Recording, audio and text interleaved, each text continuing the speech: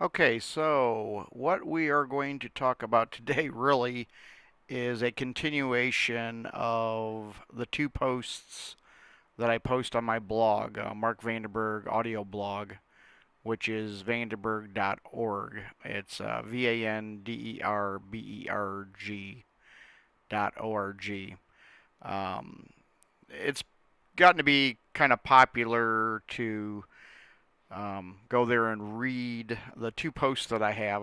There's not very many posts there at all. I just started as kind of an experiment, but I did end up posting in April 25th of 2014 about the problem we were having with a Samsung washing machine.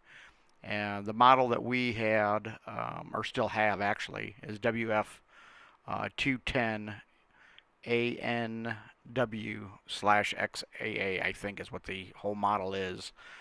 Um, that whole post is really about the what I went through as far as troubleshooting the excessive vibrations that we were having with this washing machine that was really less than 2 years old. So we went through a whole host of things, and in the end, we found out that the reason for the excessive vibration was my worst nightmare because I didn't really want to tear it down to the point it was, but I also didn't want to have to go buy a new machine. These things are just not inexpensive anymore. They're very expensive, and there's really when you get down to it, there's not a lot to one of these machines, but they're also not the easiest thing to take care of. So then I also found out that I was unable to buy parts locally. So what it turned out to be, after quite a few other things looking at, finally tearing the machine totally down, so where you could totally remove the inner and outer drum, which has to come out together, and then you crack the outer drum apart and the inner drum. The inner drum is the part that you see when you put the clothes in there. It's a stainless steel. Um, I don't know. It's just the drum. It's a stainless steel drum with all those little holes in it, and that is actually the part that's turning. Um, and what does that is on the back of that drum is what I call, and I think that's the part when I looked it up, is called a flange adapter. And the flange adapter, in my case, is just basically mounted um, like a kind of like not like a spider web, but in three prongs. So it's separate, and then in the center is a shaft, and that shaft is what connects to the motor. And so there's really no support for that drum in the front. It basically floats inside of the outer drum. So all the weight, and it's a little bit at an angle, all that weight is on that shaft and that flange adapter. What we found, and you can see if you go look at the pictures on the website there for my blog, you can see that in less than 2 years, that flange adapter had just basically corroded away and basically fractured in two spots, so that instead of being supported in three positions on that drum or the barrel of it, it was only supported in one spot. So what we ended up having to do is order a new flange adapter. I didn't get it very quickly because at this point, I'm trying to do it as cheaply as I can. After hassling with Samsung, even though it was out of warranty, I was hoping that they would recognize the problem and at least send us a new flange adapter. I wasn't asking for anyone to come do the work. I was going to do the work. They refused. So when I did find one, I got it. It was probably $50 or $60. It took a couple weeks to get it because I didn't pay for the express shipping. So we end up having to do laundry at a laundromat for a couple weeks. And then it took a little time. I ended up having the flange adapter at this point, had it powder coated so that hopefully it would seal it and that maybe it would last longer, because the thing I noticed when I got the new one in is that the quality, I would say, of the casting of the flange adapter was just as bad as probably the original one was. Obviously, it's not all corroded and broken, but you can tell, and plus there's a stamp date on the casting itself, which was about the same period of time that we bought ours. So I could tell that it's really the same thing. They hadn't done anything to improve it.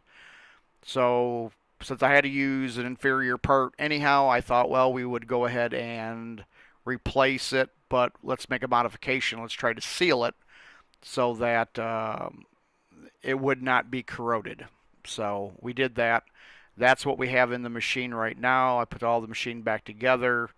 Um, it's we're hoping, it's been, over a year now, and that hopefully it helped. I don't know how durable the powder coating is going to be, and because you have to take the whole machine apart to be able to even see that part of the machine, I'm not willing to do that unless there becomes a problem at some point that I have to do this all over again if it doesn't work. But I just wanted to let everybody know that it is still running. We do have some vibration off and on, but I think it's possibly due to imbalanced loads. Nothing that's going wrong, at least I think, as of yet. I just have to say that Samsung was really bad about it, and I've decided, and I have not purchased anything that's branded Samsung from that time to the future here. I have not purchased anything, and I will not purchase anything. I don't care if it's a phone or a DVD player or whatever the case might be. I mean, I think one of the very first things I ever owned that was a Samsung was one of my very first computers, or my very first computer was a Samsung computer, and that was many many many years ago. But I will not purchase anything from them ever again. It's usually their products are cheaper, but you see what you get, and they don't stand behind it whatsoever. And I'm not one to purchase extended warranties. Some people have made comments here on the blog that they've had an extended warranty and it's been repaired by them. That's fine. What the cost of the extended warranty compared to the $50 or $60 that I paid to repair it myself was minimal. But I don't believe in extended warranties, because I think most products, for the most part, are stood behind by the manufacturer, and they don't fail usually within the warranty period. And if they do, they repair it. And usually, if they make it past the warranty period, usually they last a good long time.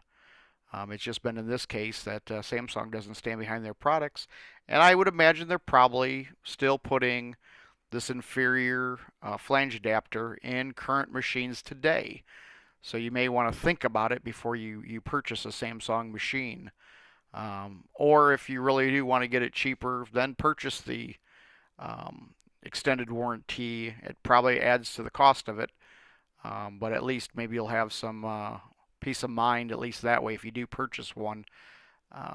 But like I said, it was less than 2 years and it failed for me, so you might want to get a 3 to 4 year extended warranty, I would imagine. So, but yeah, that's all I want to do, is just do an update on that. And so many people have been commenting lately on the blog and stuff about the Samsung washing machine, and I'm happy to see the comments, and hopefully it's helped a lot of people to figure out what's going on with their machines. So thank you for watching this video, and make sure you check out the original post on the vibration, and make sure you look at part 2, which I'll actually have. There's pictures there showing you the powder coating and the original flange adapter. So if you look at post 1 and post 2, you're going to see a heck of a difference in what it is and what it ended up looking like.